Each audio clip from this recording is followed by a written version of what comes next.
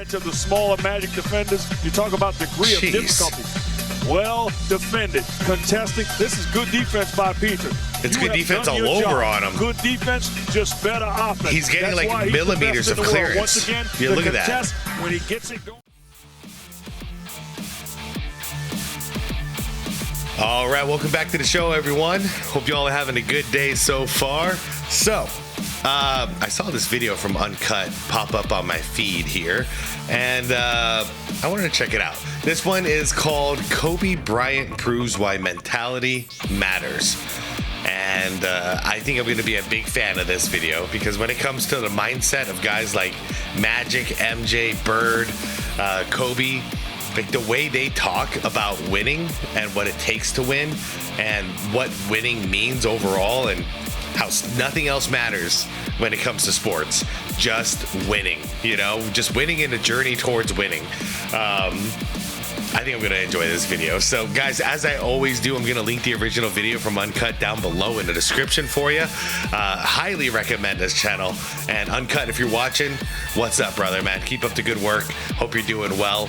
And yeah, guys, if you haven't watched Uncut Hoops yet, yeah, you definitely got to go over there and check it out. So anyways, you guys, you'll see a list of channel members down there. Shout out channel members. I appreciate you guys. I think I'm ready to do this because I'm just excited about this video. So if you can like the video, it helps out a lot, and hit that hyper uppercut button, that hype button down below. And no, addressing the comments, I'm not a fan of SxADk. I'm a Ryu fan. So SxADk he's my nemesis, but every time I fought him, you know, literally, it's just nonstop Hadoukens and hyper. I still have nightmares of this crap. Anyways, you guys, let's do this. When I was playing, you know, I would get chastised a lot for being selfish, saying we just got to fit into a team. It's about winning championships. Yeah. Okay, well, I get it. I'm doing it. Yeah. Right? Won 3 straight. Okay, I got it. Mm-hmm. You know, but I also knew that when my career is over, they're going to chastise me for the same thing. Yeah. Saying, oh, well, you're only great because you played with Shaq. One more. Oof. He nailed it. What motivates me now more than ever is winning another championship. For Kobe Bryant, an elusive 4th title is once again within his grasp. The fact that you've lost the last 2 times you've been in the finals, the fact that there's been a gap, is that created this more intense hunger that we detect from you right now? Yeah, it's a bit of everything. It's a bit of everything. It's a lot of motivation. And, you know, I'm using it all right now. It was important that I win championships without him, and you get a glimpse of what I could have done individually had I not played with him.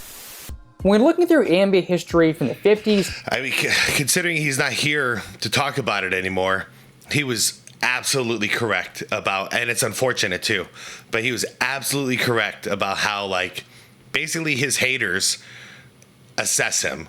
You know, we hear all this crap. Oh, he only won because of Shaq. He was a second fiddle to Shaq. No matter what statistics or anything you throw at them, they're like, yeah, he was second fiddle.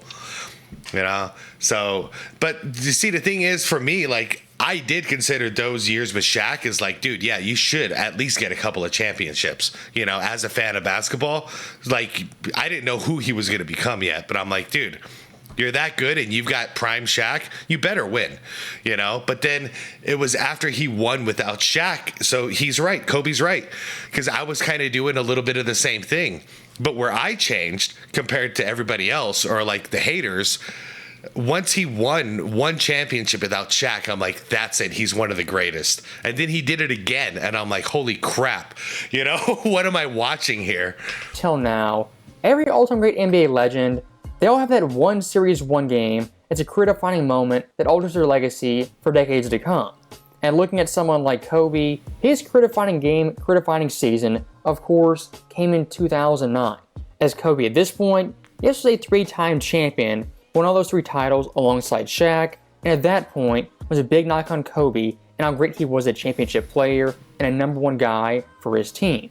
Also, one knock on Kobe at this point, in his last 2 finals, had gone 0-2, a bad series versus Detroit, and versus Boston in Game 6, got blown off the floor. Be back in this position now to try to redeem a finish, you know, what we started last season, would be extremely special. And for us to get back to that mountaintop would just be an amazing feeling.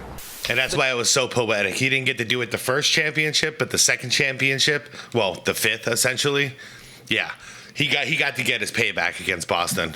The team has not raised a Larry O'Brien championship trophy since 2002. Shaq traded to Miami in 2004, won a title with the Heat in 2006. Meanwhile, back here in LA, Kobe Shaqless, titleless. Although Shaq did tweet this week, yes, Shaq tweets, that he is pulling for Kobe to win this championship. You lying? He is. Yeah. I mean, he would actually admit it now because he even told Kobe to his face. He was pissed off when, no, I'm sorry. The story with Shaq goes, he was totally okay with him and Kobe both having 4 because that means they both proved they can win without each other. But when Kobe got 5, that's when Shaq got livid. If you want to pinpoint a career-defining series, Kobe in 09 vs. the Magic had tons to gain and also tons to lose. As looking at LA this series, they weren't the underdog, the slight favorite. They were heavy favorites, supposed to win and dominate in convincing fashion. As looking at Orlando, yes, a very good team, but the past 2 rounds have pulled off amazing upsets. And one of their trends of pulling off those upsets was stealing game 1 on the opponent's home floor. As versus Boston, won by 5 in the Garden. First the Cavaliers in Cleveland, the best home team in the NBA. They won by 1 point and eventually won the series in 6 games. Down to Dwight, the money play, twisting, spinning, dunking. The Orlando Magic are headed to the finals. And it's just basketball. Speaking of this clown right here, I was watching a clip of him. He's been doing a lot of podcasts lately, like showing up on a bunch of different podcasts. And every single time anybody asks him why he's still playing, why he's still going, he says he's in love with the process. And the first couple of times I heard it, I'm like, okay, whatever. He likes working out. It's starting to click with me. He never talks about the game. He never talks about the actual game. He never talks about the playoffs, the big stage, the finals, winning championships. He's not talking about that. He's talking about the process for the season. That's what he says he's in love with. And it makes sense to me. Like, when they lost last season, they were a number 3 seed and they lost to the number 6 seed. Big upset. And instead of, being pissed off about it, he was like, I'm not going to lose sleep over that. It's no big deal. Because to him, I think the joy of the game is coming from just working out every day and like being on a schedule and all that stuff. I know it sounds weird, but this is a weird dude we're looking at here. At the end of the day, it's just basketball. For this Dwight Howard-led Orlando team, pulling off a Game 1 victory was a prerequisite to win the entire series. And looking through NBA history, if you win Game 1 of a series, you win that series nearly 80% of the time. And look at the NBA Finals, teams that win Game 1 are staggering 55-24. And for someone like Phil Jackson, when his teams won Game 1, they were a perfect 43-0. And with Kobe in LA, a very impressive 19-0. It's pretty good. From a sheer narrative and media standpoint, if LA lost Game 1 at home after winning 65 games during the regular season, people wouldn't just question Kobe, they'd question the entire team, 1 through 12, including Phil Jackson. So in essence, Game 1, very important for both teams, but especially Lakers and Kobe. And looking at Kobe in the first quarter, a decent quarter, 6 points on 9 shots, LA after 1 quarter, down by only 2 points. Now, where this game really shifted was in the second and third quarters. As after Kobe checked back in the second quarter, to close that half, 12 points, 6-9 shooting, LA at halftime took him a 2-point deficit to a 10-point lead. 0 turnovers. In the third quarter, Kobe yet again on fire, 18 points in the quarter, outscored Orlando by himself, who only had 15. Damn, man. Those 2 quarters right there for Kobe in Game 1 blew the game open right then and there, as going into the fourth quarter, up by a staggering 24 points. Jeez. I forgot about Game 1 here. Bryant on the drive, gets to the basket. Nice attack, man. Get the idea that this guy is trying to make a statement in Game 1. Mama, there goes that man. The ability to put the ball on the floor and finish at the rim. Bryant again. Sorry for the barking. I think there's somebody at the door or something. Couple of fakes. Shot clock at 2. He's got to put it up. Oh, nice shot. Or knowing my dog, there's just somebody walking by the house. She gets pissed if everyone is near the property. One man can't beat a team. I beg to differ. One man can beat a team. This guy has dominated each offensive possession. Think about it. You had some separation from Orlando at the half, but you blew it open in the third. How? Well, we wanted to come out and keep our energy up. You know, we played them in the regular season. The start of the third quarter is when they got back in the game and took over the game. So we wanted to come out with a lot of energy. Yesterday, your mind was all business. I mean, this is a near 40-point triple-double. Shooting 16 for 32 or 34. That is just below. So that's like 49%. Very good. Very good for the finals. Game and took over the game, so we wanted to come out with a lot of energy. Yesterday, your mind was all business. You were very clipped in your responses. Third period, you really got to work. Where were you attacking them? Well, I wanted to make sure that we stayed on the aggressive. And it was my responsibility in those moments of the game to keep us going.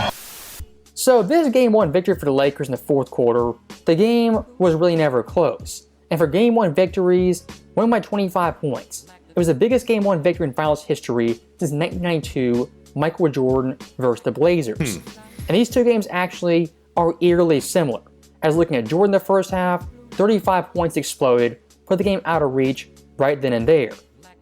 Kobe in the second and third quarters was basically MJ from 92, as Kobe in those quarters had 30 points, 6 dimes, over 20 shooting. He played half, 2 quarters in there, and he's got stats that anybody would kill for an entire game. It was a plus 29. The entire Orlando team combined only had 34 points, 6 dimes, 10 of 38 shooting, and was a minus 26. Kobe in the second and third quarter versus the Magic outplayed them single-handedly. And like I said, early in the third quarter, outscored Orlando by himself 18-15. Hey, you guys sound like some of the other national media now. Offensive guys of the Lakers. Bryant, Peaches right. Tough shots. He throws it down. Mark, you saw Kobe Bryant yesterday. He is as serious as we've seen him all season right now. You can even hear it in the tone of his voice during the interviews. Like, he's like monotone, like dead. No, I don't mean like dead. Like, I just mean like dead focused on the goal.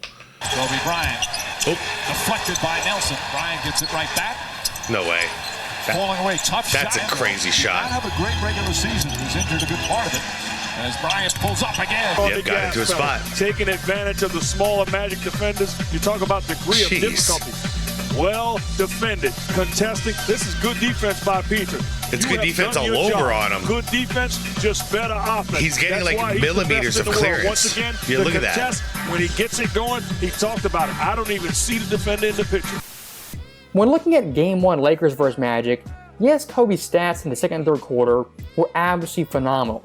But watching the actual game film, it's actually more impressive. As looking at this guy's shot making, it's simply unreal. That's true, yeah. Stats are what they are, but this is the degree of difficulty here. Guys like Petrus, Lewis, Courtney Lee, I mean, do everything they could to stop Kobe, putting hand in his face, contesting jumpers, contesting everything. And what happens? Over and over again in their face, nails jumpers with ease. If you played basketball at any level, the park, high school, and college, the most deflating thing for you and your team is playing perfect defense and still getting scored on. 100%. In a lot of ways, Kobe's mid-range game, demoralizing the entire team, was similar to Steph Curry in 2016, hitting 35-foot bombs. Yes, technically only 3 points here, 2 points there, but for the feel of the game, morale of the game, when a player hits those shots, you start to question, do we really have a chance? And when you're playing 09 Kobe, to answer that question is you really don't. And that's what that fear factor is too. The whole, you can't sleep the night before guarding somebody like this. Because even if you play perfect defense, if he's hot, there's nothing you can do about it. He's just going to embarrass you. And you might be the best defender in the league. But you can't stop this type of offensive greatness. In his mid-range game, in all of NBA playoff history, one of the best all time. As Kobe in his run, 110 made field goals, the 5th most ever in league history, only behind Jordan and Allen Iverson. If you want to talk the best mid-range shooters of all time, for me personally, it's Michael Jordan, then Kobe. And for the 21st century, it's Kobe by a mile. As again, looking past the I'd like to throw Bird in there. people think of him as a three-point shooter, but he really wasn't. He was a mid-range killer, and once in a while, like once or twice a game, he'd bomb a three. That's this guy making difficult contested shots, in my view, the best ever at that one specific skill. And watching game one, I mean, Kobe had counters to your counters. In the Gasol pick and roll, he could shoot jump shots, attack the paint, or push came to shove, find open teammates to get an easy 2 points. Chance at defeating the Lakers. Not just one game. Pick, roll. Fisher for three. Yep. That's good. Dwight Howard That's is Fish. the right play. To me, the Magic need to cut a little bit more. Oh, nice take, pal. And the Bryant I always really roll, like Pal. Great pocket bounce pass. Late rotation by Rashard Lewis. Great adjustment. During the regular season. Finds Ariza. Ariza open three. Bang. If you want to talk the best version of Kobe from his skill set, talent point, and mental standpoint, to me personally, 09 Kobe is the best version of the Mamba. And how I described him is controlled aggression. Yes, in any given game, you could get 30, 40, even 50 points. But Kobe in 09 wasn't going for scoring titles. What he was going for was championships. And like we saw in game one, in the second and third quarter, picked his spots precisely and not put Orlando by himself. And I like that that's another similarity between him and Michael Jordan. We could all have debates all day on who we consider prime Jordan or prime Kobe, because it depends on what you appreciate the most. Do you appreciate the high-flying, crazy scoring outputs? Or do you appreciate the championship-focused, like perfectly seasoned player who's willing to do whatever it takes to win, even if his stats go down? It's a hard, fun debate, but I tend to go with the championship version. That's why I appreciate. Okay, number 8 Kobe was more fun to watch. Number 24 Kobe, that's inspirational, man. And for the entire game, a very impressive 48-8 to cap off a Game 1 victory. If you look through NBA Finals, Lamar got 14 boards, Bynum got 9 and 9, Powell got 16 and 8. So just decent support, but dude, yeah, that's a carry job in Game 1. history to score 40 or more points and win that Game 1. The first guy to do it, George Mikan, 1949. Nice. Jerry West, he did it twice, Shaq once, and Iverson also once. I'm pretty sure, if I remember correctly, the Game 1 of the 92 finals with the Bulls and the Trailblazers, Jordan didn't play most of the second half. So I think he got close to 40 in Game 1, but I really think he barely played at all in the second half. Now, the one caveat I will throw in for Kobe, if this game wasn't a blowout, wasn't so out of hand, that 40 points very easily. Wow. Points in the paint. Look at this. That's crazy when you're going against Dwight Howard. More than doubled him. 22 to 56. That is a huge standout. Finals career high for Kobe. Wow. Right out of the gate. Dwight Howard was 10 for 16 free throws. Only 12 points. Oof. Good from the line. Bad in general. I guess good job, Pau Gasol. Could have been 45 or even 50. Hold on. Let me get back to where you were saying. Out of hand. That 40 points very easily could have been 45 or even 50. Okay. But like I said earlier, Kobe at this point wasn't going for scoring titles, wasn't going for the stats. What he was going for was championships. It's been a long, terrific year for Kobe Bryant. This summer winning the gold medal and coming back leading the Lakers to 65 wins, third best record of franchise history. And he keeps saying, Mark, that nothing shy of a championship will mean anything. Everything else is a huge disappointment, and he's doing everything, including coaching. Well, talking, communicating, being a leader. Sometimes what you go through is transportation to where you're going to. Right now, Kobe Bryant is playing with a sense of urgency. And this is why I appreciate this version of Kobe more, because you remember early on in his career, he was quiet with his teammates outside of talking shit. You know what I mean? In practice or whatever, talking trash to hype up and compete, but he wasn't a leader yet. Now he's a true captain at this point. True vocal captain, talking to everybody. And with the Phil Jackson team, and I think with most teams, but especially with the Phil Jackson team, someone needs to be the floor general. Someone needs to be the coach on the floor to keep everyone in line. Phil does it from the sidelines, halftime, pregame, postgame. But someone's got to do it on the court. And that was always Michael Jordan in the past. and now it was Kobe. And I think that was a big part of their conflict early on was, you know, Phil was used to how Jordan would do it, and then Kobe wasn't doing it at all in the beginning. But here, he's totally come into his own. True captain. This is the Kobe I respect a lot. I mean, we understand how much, you know, he wants this, how bad he wants to win this championship. You know, how we all want it. Of course, you know, Kobe's a focused person. One of the biggest themes of Game 1 in the pregame, actual game, and even the postgame was Kobe's mentality, his attitude, and how serious he was to win Game 1 and to win the series. Kobe's overall mindset was life or death.